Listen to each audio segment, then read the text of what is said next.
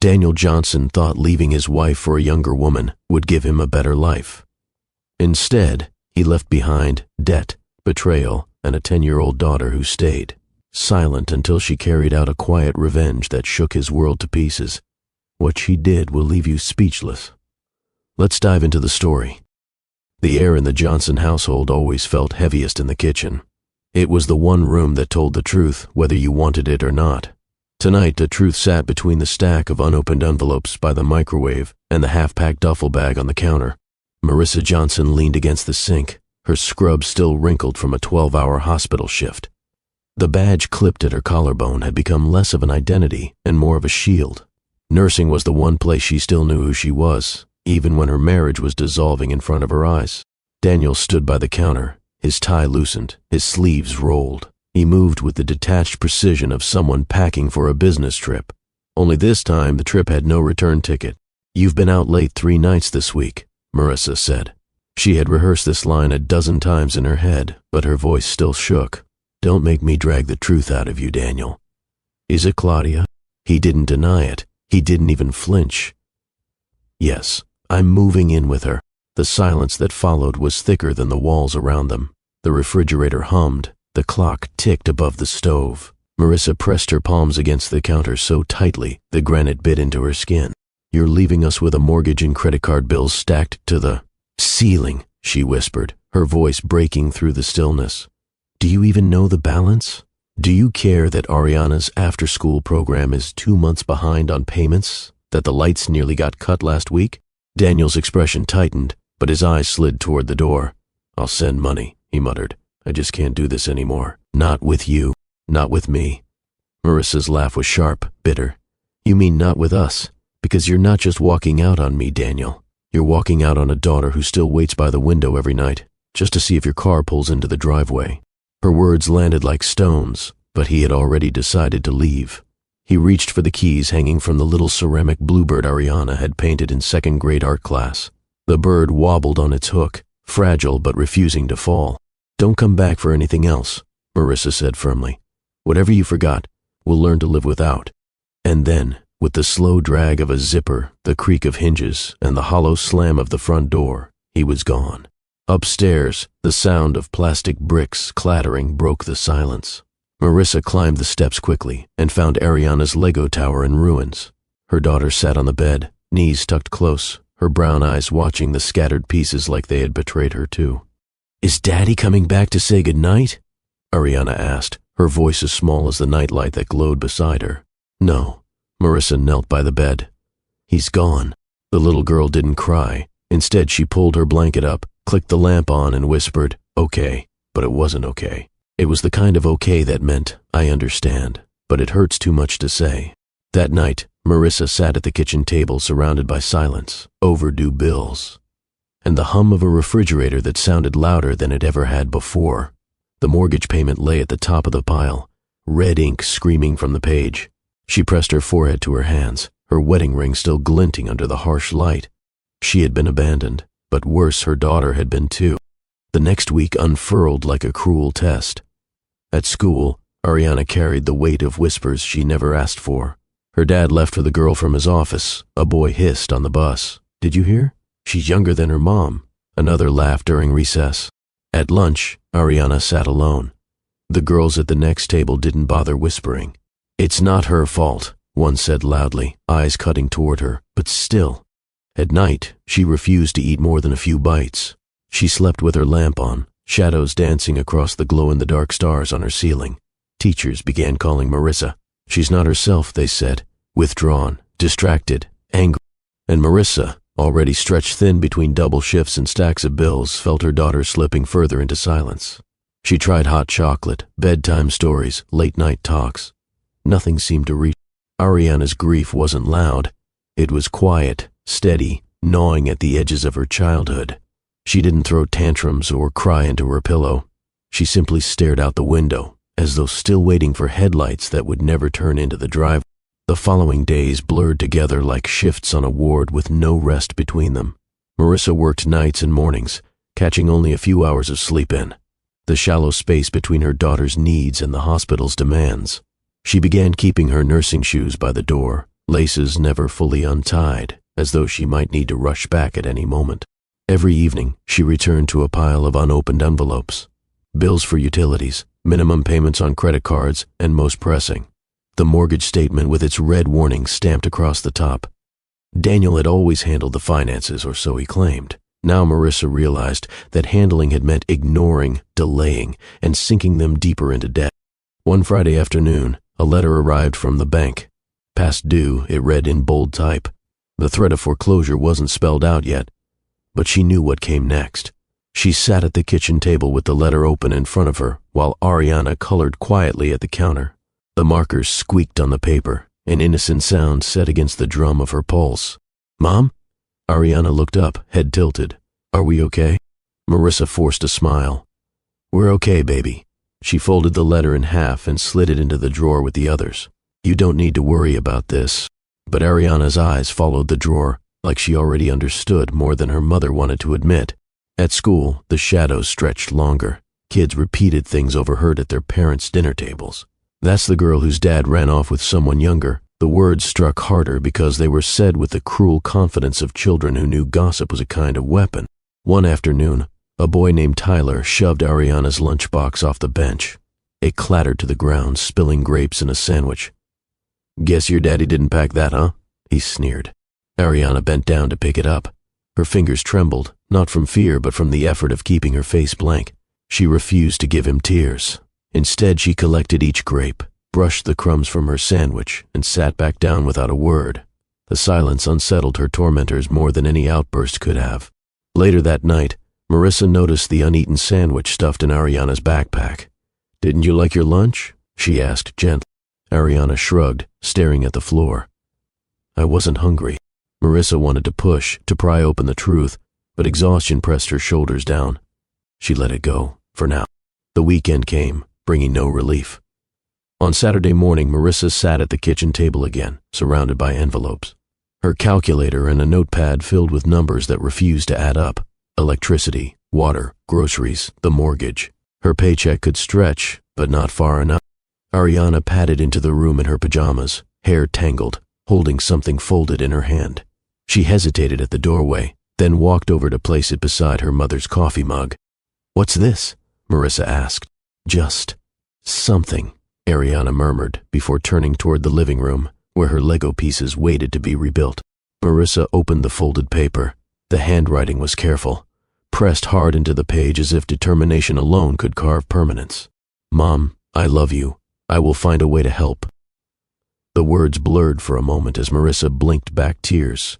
She folded the note gently, slid it into her wallet behind her nursing license, and pressed, her hand over the leather like she was holding her daughter's promise against her heart. It wasn't just a note, it was an anchor. The days grew heavier, but that single note gave her something to hold on to.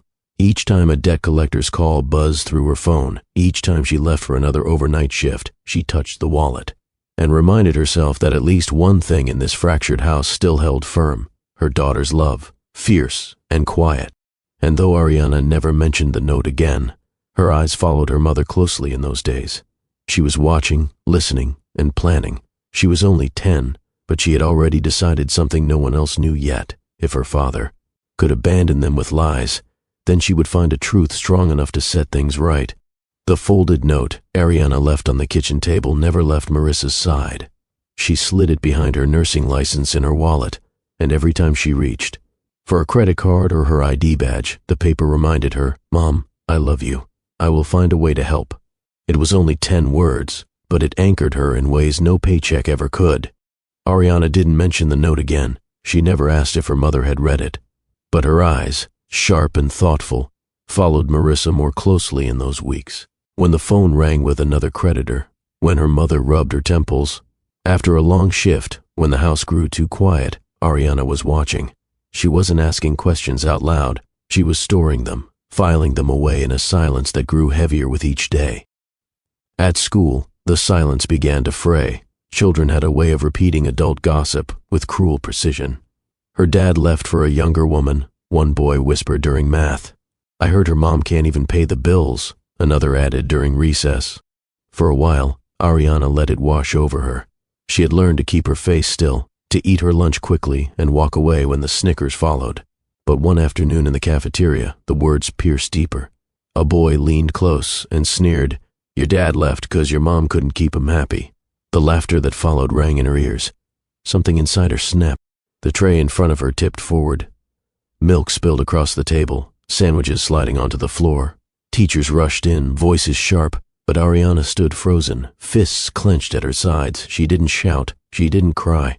She only stared at the boy, her dark eyes burning with a fury far older than her 10 years.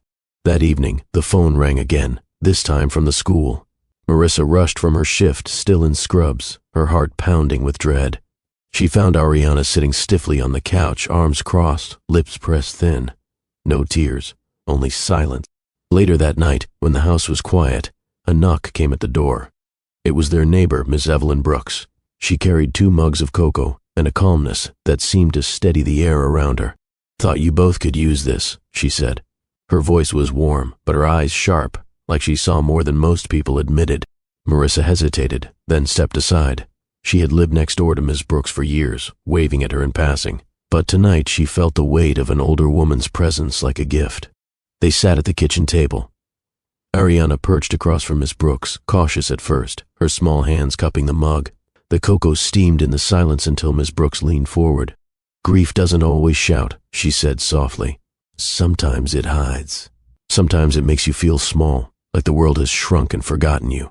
But grief that hides will grow heavier if you never name it." Ariana looked down, tracing her finger around the rim of the mug.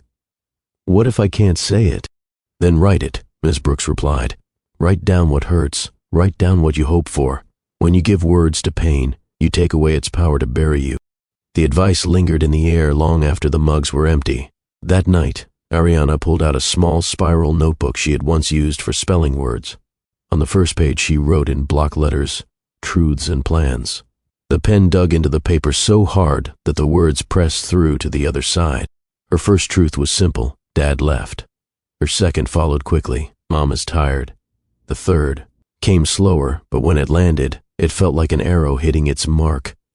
"I feel invisible." She stopped there, staring at the page. The notebook stayed under her pillow that night, but when she woke the next morning, she opened it again. By the end of the week, she had added new lines. "I want him to see us. I want him to know what he did." The notebook grew into something more than a diary. It became a map, a place where Ariana tested her courage on paper before showing it to the world. Marissa noticed her daughter scribbling late at night, but she didn't ask. She only saw that Ariana's silence seemed different now. It wasn't empty anymore. It had direction. Ms. Brooks returned often after that first evening. Sometimes she brought cookies. Sometimes she carried old journals filled with her own handwriting from decades before. She read passages aloud, stories of students she had counseled, lessons she had learned. "Words carry you through storms," she told Ariana. "They don't fix the weather, but they keep you standing in the rain." Marissa found herself sitting in on those talks, listening almost as much as her daughter. The old woman's wisdom seeped into both of them. For Marissa, it was a reminder that she wasn't failing as a mother just because she couldn't shield Ariana from pain. For Ariana, it was the first sign that her silence didn't have to stay buried. It could be turned into something powerful. Weeks passed. The bills didn't stop arriving, and the mortgage didn't vanish. But inside their small home, something fragile began to take shape. A child who had once stared out of windows waiting for headlights was now filling notebooks with truths. A mother who carried exhaustion like a second skin was finding relief. In the presence of a neighbor who reminded her she wasn't alone, Ariana was still hurting. She was still a child whose father had walked away. But with Ms. Brooks guiding her hand, she was no longer lost in the silence. She was preparing, though even she didn't yet realize how much her words would matter. The house learned a new kind of quiet after Daniel left. It wasn't the gentle hush of rest. It was the steel weight of numbers that didn't add up, and a mother who worked until midnight, came home with hospital air clinging to her scrubs, and pressed a folded note in her wallet like prayer. Ariana moved through that quiet with a purpose she didn't advertise. She did her homework at the table without prompting, rinsed her own dishes, checked the front door twice each night, and wrote in the notebook Miss Brooks had urged into her life: truths and plans. The entries were simple at first: Dad left, Mom is tired, but the handwriting sharpened as the pages filled. The lines began to lean forward, as if the words themselves were walking towards something. It happened on a Wednesday. When the dryer wheezed like it was giving up, Ariana hauled the laundry basket to the hallway closet where extra towels lived between. A sagging vacuum and 2 winter coats her mother kept for years just in case. She pulled one coat free and heard the dull thud of something heavier than fabric. A black leather bag slid forward, dust-clouded and familiar in a way that made her stomach tilt. She had seen it by the front door on nights Daniel claimed he was late for numbers that couldn't wait. Now that bag was here, forgotten like an umbrella after a storm. She unzipped it with small, steady fingers. A laptop blinked awake.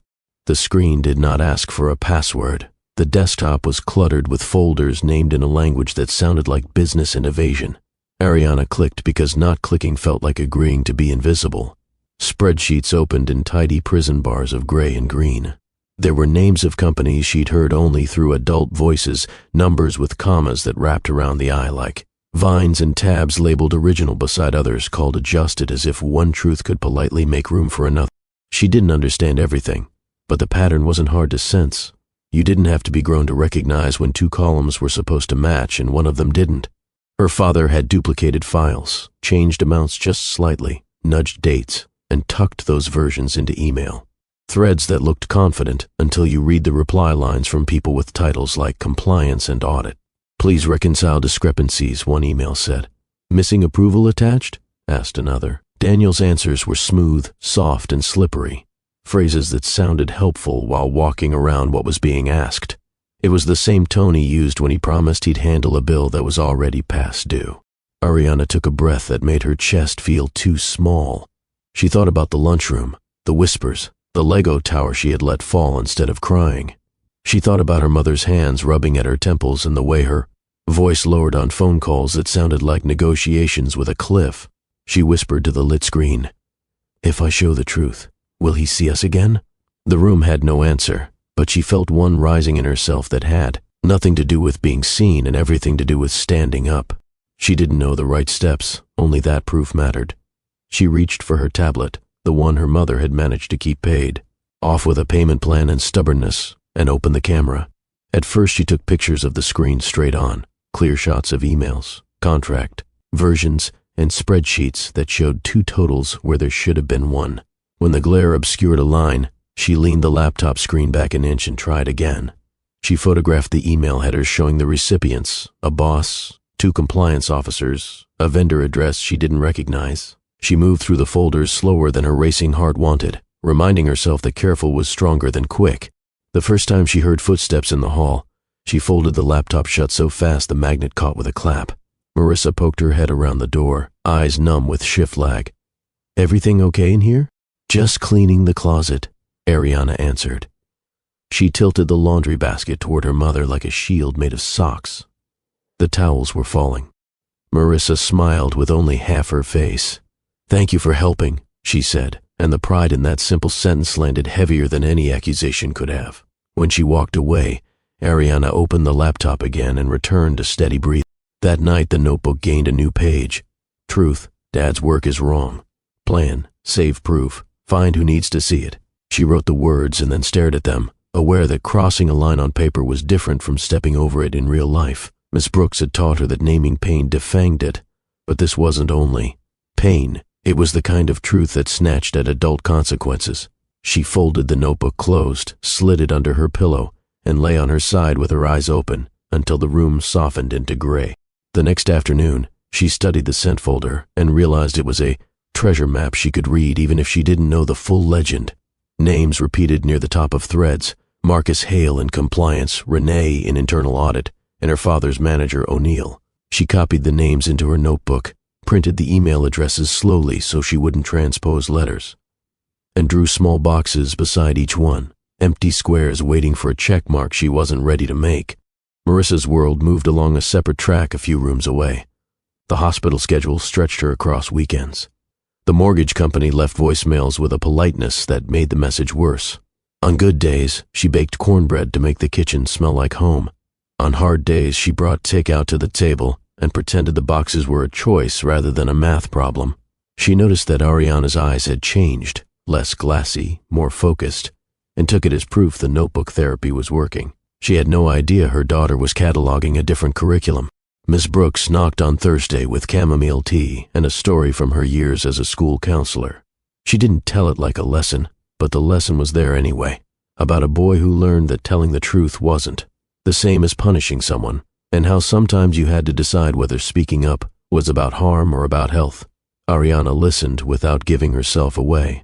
When Miss Brooks left, she wrote another line in her pages: truth telling is not the same as hurting. Plan, tell with proof. Tell the right people. Saturday brought a small crisis that almost undid everything. Marissa decided to vacuum the hallway closet and wrestled the machine's hose into the space where the laptop bag had been. Ariana heard the clatter from her room and felt the blood leave her face. She moved quickly but without panic, the way she had seen her mother move on the nights when a beeping monitor in the ICU turned frantic. "Let me do it," she called, voice steady. "You should sit for a minute." She scooped the leather bag up before the vacuum could gulp at the strap and tucked it behind a stack of board games they never played anymore. "It's heavy," she added, as if that explained the way she stood there breathing like she'd been running. Marissa unplugged the vacuum and sank to the edge of the couch as if grateful for an order she didn't have to give herself. "You're a good helper," she said. Then, after a beat, "I'm proud of you." Ariana carried those words back to her room and let them sit beside the laptop like a second lamp. By Sunday, she had built a system. She photographed files and then wrote index lines in her notebook. She wasn't sure which details mattered most, so she refused to choose. The point was to make it impossible to pretend later that the truth was foggy. The point was to make the picture so clear that even people who didn't want to see would be forced to look. Sometimes she paused with her finger hovering over the touchpad and wondered whether she was being the kind of brave that builds or the kind that breaks. She imagined her father's face if he learned it was her. For a moment she pictured him turning, shocked, and saying her name like he meant it. But the rest of the picture arrived uninvited. The way he would turn his anger into new blame. The way he would claim she didn't understand. The way he would say she'd ruined everything. She closed her eyes until the imagined noise passed, then returned to the glow of the screen. Courage, she decided, wasn't the feeling that you were safe. It was the math you did after realizing you weren't. When she tired of numbers, she read the emails for tone. The earliest messages were crisp, almost boastful, filled with phrases like "as discussed" and "good faith adjustment." Later ones turned brisk and crowded with apologies that didn't say the word sorry. She learned to spot deflection by its favorite outfits, looping back, circling back, as per my last note. She noted who went quiet when things grew specific and who asked for the attachments that never arrived. This was adult theater, and she was studying the script. The temptation to tell her mother tugged hardest at night. There were moments when she stood in the doorway to the living room, with her hands curled at her sides, watching. Marissa rubbed at the bridge of her nose while a credit union tune played thinly through the cell phone speaker. Confessing would draw the secret into the light, but it would also drag her mother into a fight she hadn't chosen. Ms. Brooks had said, "When you're carrying a truth that may shake other people's lives, make sure you know why you're carrying it." Ariana knew why. She wanted the lies to stop being stronger than the people they hurt. On Monday, she tested a draft. She opened a new email and typed 3 addresses from her list into the to line, adding the vendor name she had seen on several threads in CC. In the subject she wrote, "Documents about discrepancies you might need to see." She stared at the blank body of the message until the cursor's blinking felt like a heartbeat she could not control. She didn't send it. Not yet. She copied the text into her notebook, closed the lid gently, and slid the laptop beneath her bedwith, the screen facing the wall, as if the computer itself needed to look away to keep the secret intact. That evening, Miss Brooks returned with a tin of lemon cookies and a quiet question that wasn't really a question. "Sometimes we have to decide if the truth we're holding belongs only to us," she said, breaking a cookie in half and offering the larger piece to Ariana, or to a room full of people who don't even know they're in danger if nobody speaks. Marissa nodded along, thinking of patience and protocols. Ariana nodded too, thinking of spreadsheets and a father who used the word handle like it could erase fire. She went to bed early and did not sleep. She read the note her mother carried, from the copy she had made for herself in careful pencil strokes, then read her own pages. The decision came without fireworks. It did not feel like revenge. It felt like breathing in after holding her breath too long. In the morning, she checked the addresses again, added one more name from the legal team, attached the photographs, in an order that made a story, and stared at the send button until the fear shrank enough to step over. She closed the draft without clicking. One more night, she told herself. One more night to make sure this wasn't anger pretending to be duty. Before school, she tucked the notebook into her backpack and the laptop back under the bed. She paused with her hand on the blue cover, remembering the first 3 lines she had written when everything still felt like falling. Dad left. Mom is tired. I feel invisible. She touched the page where she had written the new truths. The feeling that rose wasn't triumph. It was steadiness. Whatever happened next would not be because she wanted to hurt him. It would be because she wanted their lives to stop being held hostage by what one person chose to hide. When the bus doors hissed open, she climbed aboard with the same quiet she had worn for weeks, but it wasn't the quiet of being small. It was the quiet of a fuse choosing its length. At home, the house kept its practiced hush. Under the bed, a laptop waited with its screen turned toward the wall, holding the light that would change everything once she decided to let it out. Morning brought the steadiness Ariana had bargained for in the dark. She ate her cereal without tasting it, packed her backpack, and waited until the bus swallowed her. When the house was empty again, she returned to her room, slid the laptop from beneath the bed, and opened the draft she'd left blinking like a held breath. She reread the subject, please review potential discrepancies in contracts and totals, then scanned the attachments one more time. The story they told was simple even to a child, 2 versions where there should be one. Totals that moved without explanation, approvals that existed only as promises. She added 1 line to the body, I believe these files matter, and pressed send. The cursor stopped blinking. The screen went quiet. Nothing exploded. Nothing changed. That was the strange thing about truth. Sometimes it moved like thunder, other times like groundwater, invisible until it rose. Ariana closed the laptop, put it back under the bed, and walked to school. With her hands in her pockets, feeling taller and smaller at the same time. By mid-morning, confirmation replies began to land in the account she'd used. Automated notices stacked up, mailbox received, ticket created. Then the first human sentence arrived from compliance, polite, dry, and unmistakably alert thank you. Will review. She read the line twice, then tucked her tablet away and took notes in math like nothing had happened. When the bell rang, she folded her paper carefully. Acts of courage felt less like fireworks and more like keeping your handwriting neat. At home, the afternoon held its ordinary shape. Marissa reheated leftover pasta and grated the day with a tired smile. How was school? She asked, and the question hung between worlds. Ariana nodded, said fine, and rinsed her plate. She wanted to tell everything. She also wanted to keep her mother on a shore that wasn't yet storming. She chose quiet for 1 more night. The next morning, the tone of the replies shifted.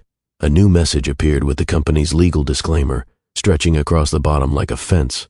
We'd like to understand the source of these images, wrote someone from internal audit. Another from the manager whose name topped the threads. Can you provide the full files? The emails were firm but careful, the way adults talk when they know the room just changed. Ariana didn't answer. She had given what she could. The rest belonged to people whose job was to look without blinking. By Thursday, the ground began to tremble. Daniel's phone, still logged in through a web client he hadn't closed, showed calendar. Blocks popping up, urgent, meet with compliance O'Neill, 1-1 HR check-in. Ariana watched the squares appear, each new box a small drumbeat. She didn't linger. She closed the tab and slid the laptop away as if returning a sharp tool to a drawer. She hadn't meant to tell Ms. Brooks, but truth has a way of finding its listeners. The older woman stopped by with a tin of lemon cookies and a look that read weather. Walk with me? She asked. They circled the block under trees that had started their red-tinged negotiations with autumn. Halfway down the street, Ariana spoke without plan. I sent something, she said. Files that show what he did. She kept her eyes on the sidewalk in case tears tried to make a scene of it. Ms. Brooks didn't reach for drama. You sent proof to the people who could act, she said. That's not the same as lashing out. Why did you do it? So he'd have to see us, Ariana answered, and the answer surprised her with its truth. Not to hurt him. To make the lies stop being bigger than us. That's a clean reason, Ms. Brooks said. Keep it clean. And tell your mother before the world does. That night, Ariana stood in the kitchen doorway and chose the harder courage. Marissa was sorting mail into the useful and the cruel. She looked up, bracing out of habit. What's wrong? I have to tell you something. Ariana came to the table and kept her voice steady. I found Dad's laptop in the closet. It was still logged in. There were emails and spreadsheets with numbers that didn't match. I took pictures and sent them to the people at his job. The words arrived without decoration. She didn't plead or defend. She just laid the truth down like a tool she was finished using. For a long moment, the only sound was the refrigerator's soft hum. Marissa set the envelopes aside one by one, as if clearing a small altar. "You did what?" Her voice was quiet, not sharp. "I sent them proof," Ariana said. "I didn't tell them who I was. I didn't want to hurt him for hurting us. I just wanted the truth to be louder. I wanted him to stop pretending he didn't break anything." Marissa leaned back, palms flat on the table, eyes closing as if she were stepping into cold water. When she opened them, they were wet and very clear. "You are 10, she said, grief and awe braided tight. "You should not have had to carry that." "I know," Ariana whispered, "but I didn't want you to carry all of it alone." Marissa's first instinct, fear, flared and quieted. She thought of the risks, the ethics, the lines between right and wrong, that are so simple in policy manuals and so jagged in kitchens. She also thought of a girl who had been forced to grow taller inside herself and had chosen truth over revenge. She reached for Ariana's hand. "Listen to me," she said. "I am proud of your courage. I am not proud that the world asked you to spend it like this. From now on, you don't carry danger by yourself. If we have to say hard things, we say them together." Ariana nodded, relief landing like sleep. "I can show you the messages," she offered. "They said they're reviewing." Marissa exhaled, long and careful. "No, not tonight. Tonight we eat and we sleep. Tomorrow, I'll call someone I trust at the hospital about how to think through this. We will be the kind of people who do things in the light." They ate quietly, but the quiet was different, no longer the hush of dread, but the steadying silence of two people who had moved from secret to shared. After dishes, Marissa took her wallet from the counter and opened it. She slid out the folded note pressed by time and use. "Mom, I love you. I will find a way to help." She placed it on the table between them. "You kept your promise," she said.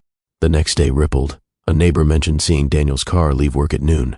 A text pinged on Marissa's phone from a friend who still had an ear inside the company. "Mass audit going on. People are nervous." Later, another message. "He's in meetings." The house held its breath like a patient waiting for a lab result. By evening, the inevitable call came, not to Ariana, not to the anonymous account, but to the number Daniel still had for the house. Marissa let it ring twice, then answered. His voice was stiff, the kind of calm that hides panic. "Did you touch my work things?" "I'm not discussing your work," she said. "Our only shared business is our daughter." He pivoted, quick and practiced. "They're asking questions. Somebody is spreading lies." "Then the truth will help you," Marissa said. "If there's nothing to find, you'll be fine. You don't get to." She didn't raise her voice. "You left a child who sleeps with a lamp on. You left a mortgage with your name on it. Whatever is happening where you are is between you and the truth you chose. We will not be part of your defense." He hung up with a muttered curse that didn't reach the recorder. The silence after was clean. Ariana stood in the doorway, face open, waiting for her mother to look up. Marissa did, and with a small nod she answered the question that mattered. "We stand together." Ariana nodded back and went to her room. There was more to write. Over the next 2 days, emails multiplied behind corporate firewalls she could no longer see. But consequences have a way of traveling without invitation. A neighbor at the grocery store whispered to another by the cereal aisle. Someone from church, meaning well, sent a clipped article about corporate accountability, as if forwarding it might be balm. Miss Brooks stopped by with rosemary bread and sat long enough to say one sentence. That landed like a blessing. Let the grown-ups who are paid to look, look. Ariana added a final entry to the week's pages. Truth, I didn't do this because I hate him. Plan, I will not let hate write the next sentence. She closed the notebook and slid it back under her pillow. Down the hall, Marissa turned off lights and checked locks with a rhythm that felt less like vigilance and more like ritual. Somewhere across town, Daniel watched his phone and waited for a message. That would either save him or name what he had been avoiding. Sunday came with blue sky that felt rude. They ate pancakes. They folded laundry. They did not check their phones during breakfast. In the afternoon, they walked the long way to the park, past Miss Brooks pruning, her roses and Mr. Klein sweeping his porch as if it were a stage. When they got home, a voicemail waited, corporate polished and legally careful, requesting a call to clarify the origin of materials received. Marissa saved it. "If they need us," she said, "we will answer in the open. No secrets." Ariana nodded. The choice had shifted from whether to speak to how to speak, together, with steady hands. That night, before sleep, Ariana reached under her pillow and opened to the first page of her notebook. Dad left. Mom is tired. I feel invisible. She read the lines the way divers return to the surface, then turned to the latest page where different words waited. We told the truth. We are not alone. The distance between those sentences was a road she had walked in 10 years. Old steps, guided by a neighbor's steady wisdom and a mother's brave yes. Monday would bring investigation, meetings, and the sharp daylight of consequence. Tonight brought something quieter and just as real, a house that finally felt honest, a note that had kept its promise, and a child who had used her small voice to move a large stone without letting it crush her. The week turned like a key in a lock he hadn't noticed. Daniel sat in a glass-walled conference room with a paper cup cooling between his palms while compliance arranged their folders in careful stacks. They didn't posture. They didn't scold. They asked for explanations, then produced version histories and email chains that didn't match his answers. A spreadsheet on the screen showed two totals marching side by side, one approved, one adjusted, with his username lighting up the moments the numbers moved. When he tried to soften the edges with jargon, legal slid forward, copies of vendor replies requesting reconciliation he never sent. By noon, his badge no longer opened the elevator bank. An HR partner walked him to his desk with the patient efficiency of someone escorting a storm. A cardboard box waited, company property collected, laptop surrendered, phone disabled. The suspension email arrived with language so even it burned, pending investigation, with pay paused. Do not access systems. Do not contact vendors. He rode down to the lobby holding the box against his chest the way people carry something fragile they know is already broken. He called Claudia from the sidewalk because habit still believed in her. No answer. He tried again, then walked the 20 minutes to her complex, telling himself he needed to look her in the eyes to name what was happening. The concierge glanced up and then away with the professional blankness reserved for people whose names are about to disappear from the building list. When Claudia finally opened her door, her hair was pinned back, suitcase half packed on the bed behind her. "I can't be part of this," she said, voice low, not unkind. "My boss saw the audit note. They'll look at everyone near you." He reached for the door frame. She stepped it closed, soft but final. By the time he reached the stairwell, he was blocked on her phone, her socials, every path back to comfort sealed without ceremony. He spent the afternoon writing to recruiters who had once returned his messages within minutes. 2 replied with apologies wrapped in hedges. "We have to pause while your situation clarifies." Others went silent. The industry felt suddenly small, a neighborhood where windows faced each other at close range. Rumor didn't knock. It slipped through the vents. By evening, a former colleague texted one line that told him everything. "They're pulling last year's deals." He stared at the message until the screen dimmed, as if darkness could erase letters already branded behind his eyes. The money problem arrived on schedule. With pay paused, his auto draft sputtered and failed.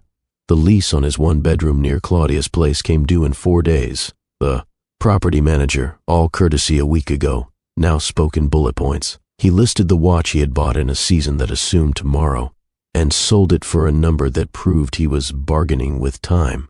2 cards closed themselves while he slept, replaced with statements that used the word minimum like a dare. He told himself it was temporary. He told himself the investigation would stall, and then reverse, and then apologize. The part of him that believed his own spin kept talking long after the room stopped listening. On Wednesday, he tried the gym to remind his body what normal felt like. The scanner flashed red. The attendant, who used to nod him through by name, offered a paper form and a look shaped like weather. He jogged outside instead, past neighbors he had never noticed until he needed them not to look. A woman from the building board held her grocery bag tighter when his shadow crossed hers.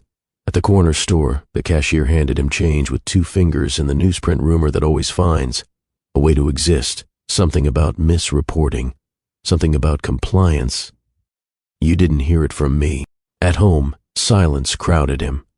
He put the TV on with no volume and watched other people's disasters as if they were instructive. He drafted a message to O'Neill framing the issue as misunderstanding, then replaced misunderstanding with miscommunication, then deleted the whole paragraph because the words sounded like they were auditioning for forgiveness. He wrote to Claudia again, knowing the send would fail. It did.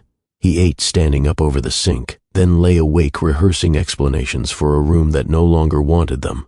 Meanwhile, across town, life kept its difficult rhythm without him. Marissa finished a double shift and sat in the break room long enough to let the chatter of nurses recalibrate her breathing. She phoned a friend in hospital compliance, not to influence anything, just to learn how integrity moves when everyone is watching. Let the process work, the friend advised. Document what's yours. Stay out of what isn't. Marissa carried the counsel home and translated it into a house rule. We will not hide, and we will not help him hide. Ariana watched her mother lay that rule into place like a cornerstone. She was not triumphant. She was not gleeful. She was steady, her notebook open to a page where she had written, "Truth, I didn't break him. He broke himself." She drew a line beneath the sentence and wrote another.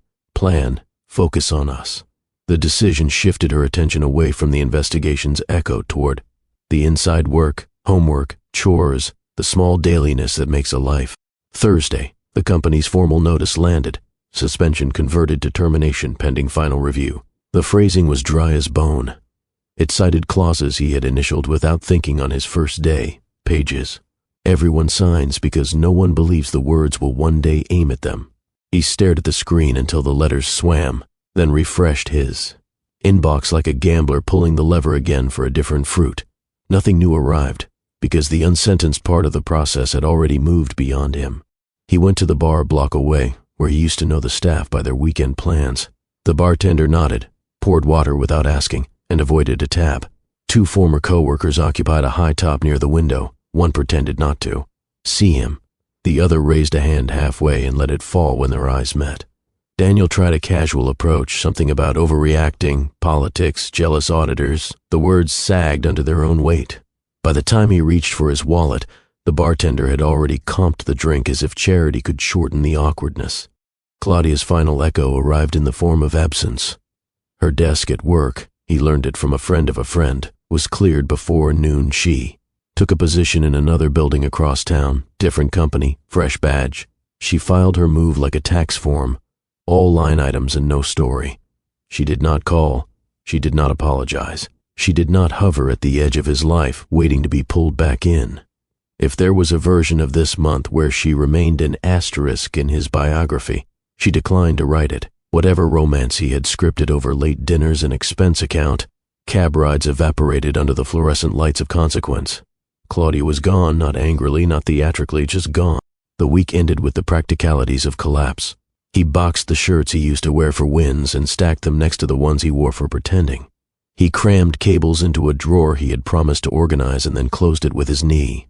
He turned down the volume on the part of his mind rehearsing speeches for a tribunal that would never convene. Finally, late on Friday, he dialed the house number he used to share and waited for a voice he expected to hate him. When the line picked up, he exhaled into the receiver like surfacing. Marissa. He didn't finish, because desperation is louder than syntax. Her tone was calm the way weather can be calm right before it changes. If this is about our daughter, speak. If it's about your job, call a lawyer. He described it anyway. The meetings, the investigation, the door that closed at work, and then in his entire life. He said nothing left, as if the phrase might excuse everything before it. He asked for a couch, a week, in advance on the future she had already paid for. Marissa listened without flinching. You left a mortgage with me and a nightlight with a child who was afraid you'd never come home. We did not collapse. We learned how to stand without you. If you want a list of shelters, I can send one. If you want me to tell you it wasn't your fault, I won't. He tried Ariana's name, as if it were a key he could still use. She's my daughter. She is, Marissa agreed, and she is not your alibi. Then she ended the call before pity could negotiate against the truth. After, the apartment felt like a set after the actors go home. The hum of the refrigerator returned, the same sound that filled the kitchen he abandoned. He leaned his forehead against the cabinet door and tasted the metal in the air that always follows fear. He'd call again, he knew he would, but for the first time he understood the call would not change the floor under his feet. Across town, a different version of quiet settled, one that didn't have to brace. Marissa washed 2 plates, dried her hands, and looked down at the worn fold of paper she kept tucked behind her ID. Mom, I love you. I will find a way to help. She placed the note back in her wallet, and turned off the kitchen light. Ariana, in her room, wrote 2 lines and closed her notebook. Truth, we didn't ask for this. Plan, we will build anyway. Monday would start a new chapter, not for Daniel, whose story had slammed into a wall of his own making, but for the 2 people he left behind. The next step would not be about punishment. It would be about construction, the first house calls, the first thank you notes, the slow turning of strangers into a community. The wreckage had finished speaking. It was time for the rebuild to find its voice. The weeks after Daniel's downfall were not easy, but they were different. The house that once carried silence like a burden began to carry purpose. Marissa, no longer waiting for child support that never came, leaned into the work she had always known, caring for people. Nursing had been her career. Compassion was her instinct. Now, both became her strategy for survival. It started small. One evening after her hospital shift, she stopped by Miss Brooks's house. The older woman's arthritis had been flaring, and Marissa adjusted her medication organizer while they sipped tea. You know, Miss Brooks said, the world doesn't need another clinic with shiny equipment. It needs someone who still writes thank you notes. That's you. The words landed like seed in ready soil. Soon, Marissa began making house calls. At first it was neighbors, an elderly couple who struggled to get to the pharmacy, a single father whose insurance wouldn't cover the basics, a diabetic woman whose feet ached too badly to walk. Marissa carried her stethoscope in a worn leather bag, left gentle instructions, and sometimes baked bread on her days off so patients had more than medicine to take home. Ariana tagged along, carrying supplies and learning to fold gauze pads with precision. She greeted patients with the shy warmth of a child who understood brokenness and wanted to offer something whole. When she handed out notes her mother had written, short messages of encouragement, tucked into medicine bags, people often smiled with tears in their eyes. Words spread quickly. Bills still arrived. The mortgage still waited like a wolf at the door, but instead of hiding, Marissa confronted each envelope with deliberate calm. Some weeks she paid in full, others in part, but always with the knowledge that she was building more than survival. She was building trust. One afternoon, while changing a bandage for a man recovering from surgery, she found herself explaining nutrition and wound care with the kind of patients her hospital shifts never allowed. When he pressed a folded 20 into her hand, she almost refused. He insisted. You came when no one else would, he said. That was the first time she realized this calling could also become a livelihood. Miss Brooks encouraged her at every step. Compassion doesn't mean charity, she said firmly. It means building something that lasts because people know they can count on you. Those words hardened into resolve. Marissa began keeping a notebook of her own. Lists of patients, ideas for services, costs of secondhand equipment. It was the first blueprint of what would one day become Johnson Family Wellness. For Ariana, these visits were more than errands. They were lessons. She watched her mother speak gently to people who felt overlooked, and she saw how kindness had a power stronger than the gossip that once cut her at school. At night, she updated her own notebook. Truth, helping heals us too. Plan, learn enough to help more. By late autumn, the once shadowed house carried a new rhythm. Instead of silence, it echoed with preparation. Bags packed for visits, neighbors dropping off. Donations, Ms. Brooks sitting at the table teaching Ariana how to keep a log of expenses. The betrayal that had nearly broken them was still part of their story, but it no longer defined it. Marissa didn't say it aloud, but she felt it every time she walked into a patient's home. They were not just surviving Daniel's absence, they were building something stronger because of it. And though the road ahead was steep, it was theirs to climb. Mother, daughter, and the quiet resilience of compassion turned into action. Winter in Charlotte came with bare trees and mornings that smelled of wood smoke. For the Johnsons, it also came with a strange kind of momentum. The house calls multiplied, the notebooks filled with names and dates, and the whispers in the neighborhood shifted. Where people once muttered about Daniel's betrayal, they now spoke about Marissa's rounds, about the way she showed up with a blood pressure cuff and a smile when the bigger clinics had no time. One patient led to another. An elderly woman she visited passed her name to a church group. A church member referred her to a cousin. The cousin told his barber, and the barber sent 2 more. It wasn't marketing. It was trust traveling by word of mouth. Still, the house began to feel too small for what they were building. The kitchen table was cluttered with supplies. Ariana's room doubled as a storage closet. The garage smelled faintly of antiseptic wipes stacked in boxes. The turning point came when a landlord from uptown, a man named Mr. Patel, heard of her work through a patient she had helped. He stopped by one evening, his voice brisk but kind. "I have a storefront on 5th Street, he said. "Not glamorous. Used to be a laundromat. But it's empty, and it should be used. You can lease it cheap, pay what you can. The community will cover the rest if you keep doing what you're doing." Marissa almost said no. Fear was still a second language. But Ms. Brooks, sitting in her usual chair at the table, leaned forward. "You don't need glamorous," she said. "You need a door with your name on it." And so Johnson Family Wellness was born. They painted the walls a soft cream, patched the ceiling tiles, and scrubbed the windows until sunlight found its way inside again. Second-hand equipment arrived like small blessings: a blood pressure monitor from a retired nurse, a fold-out examination table from a clinic that was upgrading, waiting room chairs donated by the church. Nothing matched, but everything worked. On opening day, Marissa stood at the front door with Ariana and Ms. Brooks beside her. There was no ribbon to cut, no cameras, just neighbors carrying casseroles and flowers and more patients than she expected. "We're not here for cheap medicine," one woman said. "We're here because you listen." Inside, Ariana moved with the ease of someone who had grown up among syringes and charts. She carried clipboards, handed out bottles of water, and greeted patients with a maturity that startled even her mother. When a boy her age came in wheezing from asthma, Ariana knelt beside him and spoke softly, calming him until Marissa could step in.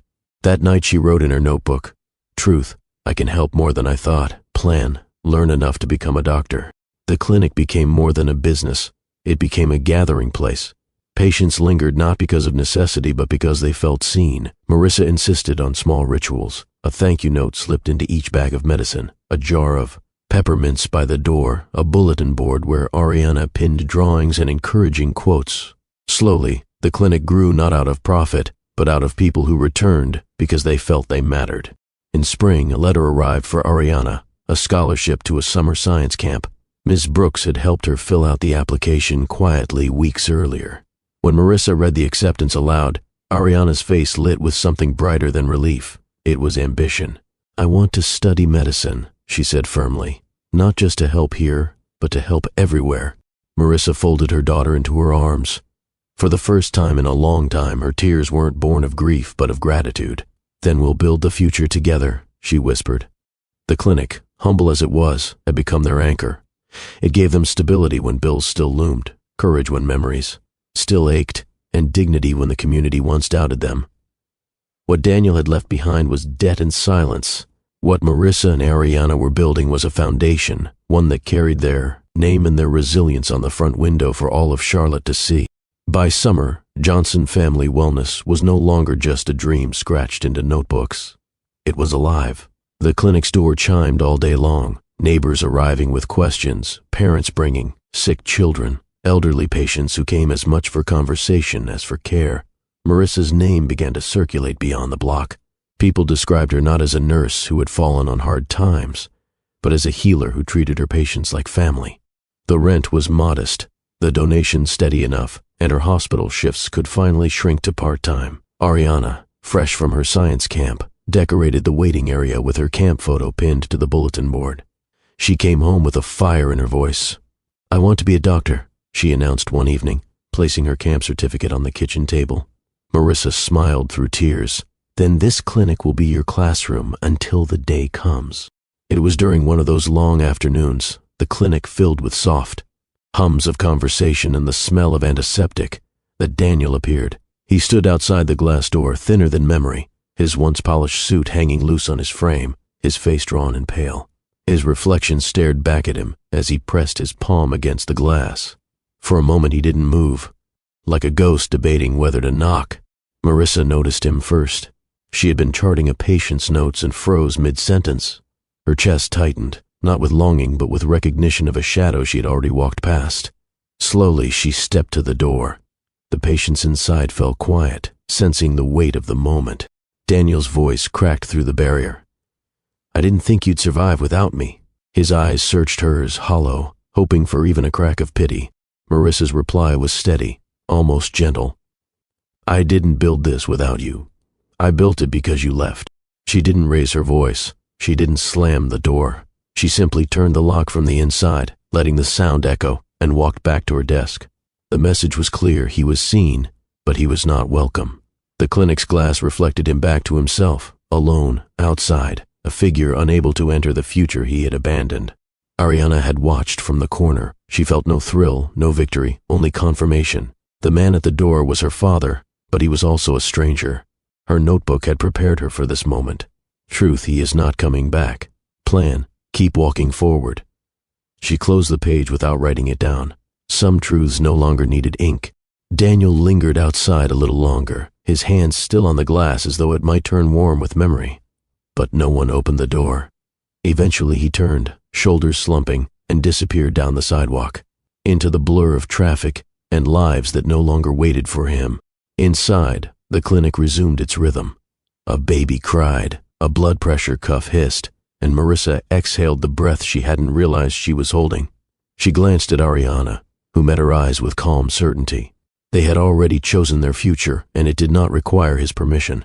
Weeks passed, and the sight of Daniel outside the clinic became another page in their story. Acknowledged, then turned.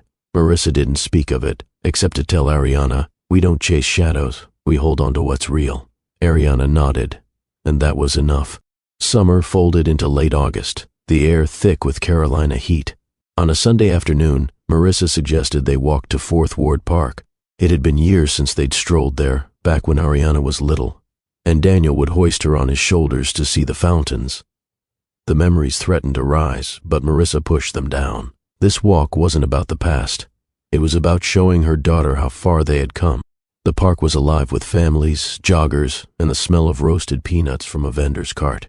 Ariana held her mother's hand, notebook tucked in her backpack, though she hadn't needed to write in it as much lately. They paused at the pond to watch ducks scatter across the water, their movements rippling in widening circles. It was there, on a bench shaded by an oak, that they saw him again. Daniel sat slouched forward, elbows on his knees, eyes vacant. His shirt was wrinkled, his hair unkempt. A paper cup rested by his feet, the kind handed out at shelters. He wasn't reading a paper or on his phone. He wasn't doing anything at all, just existing in the hollow space his choices had carved. Ariana froze, her hand tightening around Marissa's. For a heartbeat, the little girl inside her, who had once built Lego towers waiting for her father to come home, stirred. But the feeling didn't last. She looked up at her mother, saw the steadiness in her eyes, and exhaled. Without a word, they walked on, not faster, not slower, just forward, past the bench, past the man who had chosen to abandon them, past the wreckage he carried like a shadow. Daniel looked up as they passed. His mouth opened, but no sound came. He saw them, mother and daughter, upright, moving, bound together by something stronger than his absence. And in that moment, he understood what loneliness truly was, not being left, but being left behind. Marissa didn't turn back. Ariana didn't either. Their silence wasn't cruel. It wasn't even angry. It was the final line of a chapter that no longer belonged to them. By the time they reached the playground, Ariana's shoulders had loosened. She pointed at the fountain jets that shot arcs of water into the air. "Remember when I used to run through those?" she asked, a smile tugging at her mouth. "I do," Marissa said, her voice soft but strong. "And I remember you laughed so hard you scared the ducks." They laughed together, their voices rising above the splashing water. Behind them, on a shaded bench, Daniel remained seated, a ghost no longer capable of haunting. That evening, Ariana wrote only one line in her notebook: "Truth, we don't need him to keep walking." She didn't bother adding a plan. The plan was already in motion every time they stepped into tomorrow. Autumn settled into Charlotte, with crisp mornings and golden leaves swirling along the sidewalks. Johnson Family Wellness was no longer just a small storefront. It had become part of the neighborhood's fabric. The waiting room always hummed with quiet conversation, the bulletin board filled with thank you notes and Ariana's drawings. Patients didn't come only for medicine. They came because they felt known. Marissa carried herself differently now. She was still tired, still stretching every dollar, but her exhaustion carried purpose instead of despair. Word of her compassion-driven care reached local churches, schools, and even a small newspaper column that ran a story titled "Wellness with Heart." For the first time in years, she felt pride blooming stronger than worry. Ariana thrived in ways that surprised even her. The scholarship to science camp had given her a taste of possibility, and she returned. with stories of lab experiments and new friends who dreamed of medicine too. On the clinic wall, she pinned her camp photo beside her mother's nursing license. "This is where I'll start," she told Marissa one evening, tracing her fingers over the photo. "One day, I'll put my doctor's certificate next to it." Miss Brooks, always their steady guide, smiled when she heard this. "Dreams written down with action steps become plans," she told Ariana. "And you, child, already know how to write your truth." The old spiral notebook, once heavy with grief, now carried different entries. On the final page, Ariana wrote carefully, as if she knew the words would close a chapter. "Love is not what stays easy. Love is what stands." She underlined the sentence twice, then shut the notebook and tucked it into her desk drawer. It no longer needed to live under her pillow. Daniel remained in Charlotte, drifting at the edges of their lives. Sometimes neighbors whispered about seeing him at shelters or odd jobs downtown. But for Marissa and Ariana, he had become background noise, acknowledged but powerless. They no longer defined themselves by his absence. Their story had moved on. On a cool Saturday morning, Marissa and Ariana walked through Fourth Ward Park again.